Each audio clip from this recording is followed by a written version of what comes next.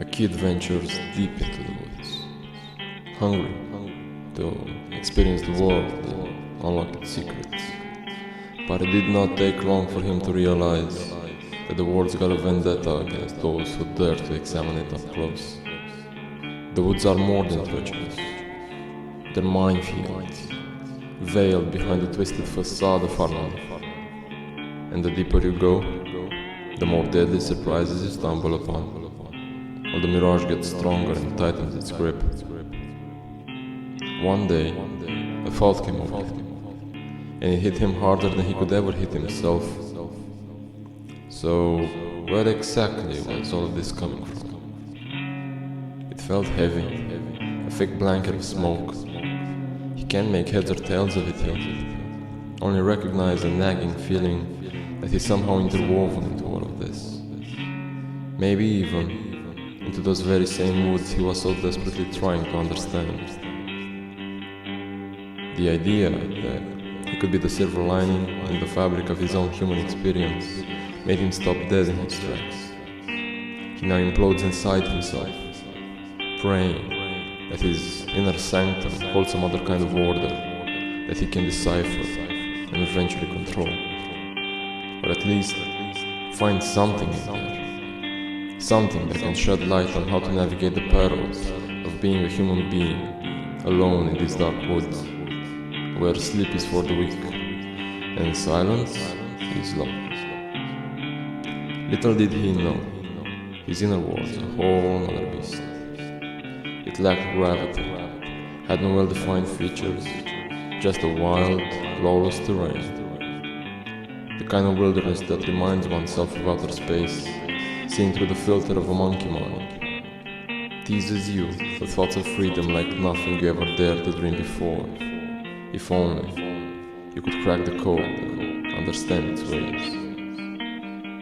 Regardless of whether he was actually trying to achieve something or not, for a moment it felt like a strong step backwards.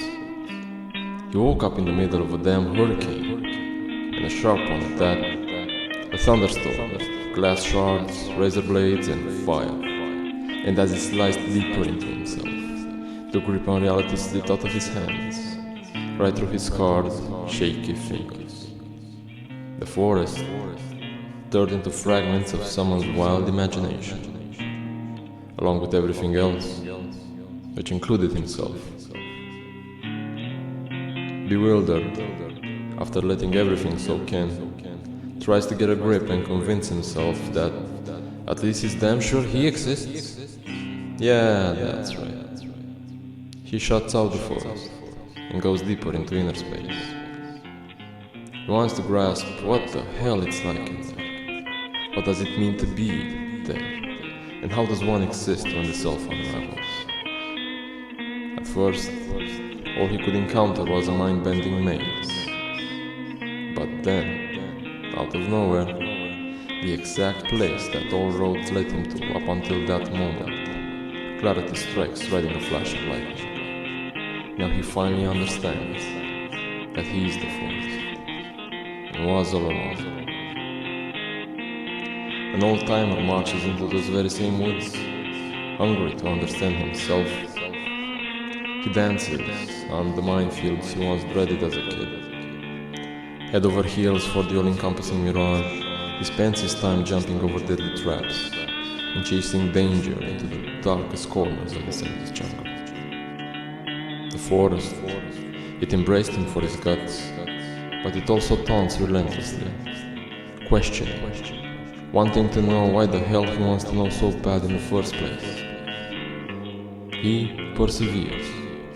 All corners of the forest are known to him by now. And so he gets through it, then over it, and lands at the edge of a cliff so damn high that it almost touches the night sky.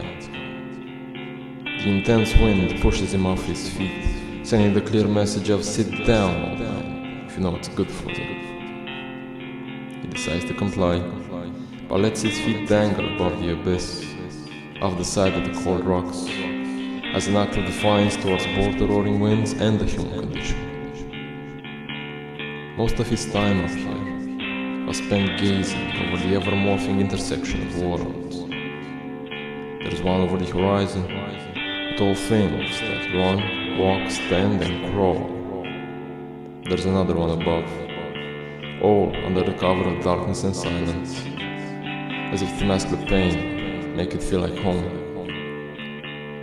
He stares into the soul of the endless void above, while whispering to himself, "It's just a different kind of forest, isn't it?" The old man erupts into a crazed laughter.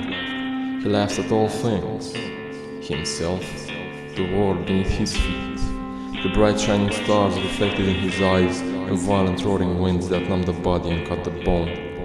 But most importantly, he laughs at the past. That old man is free now. Always has been.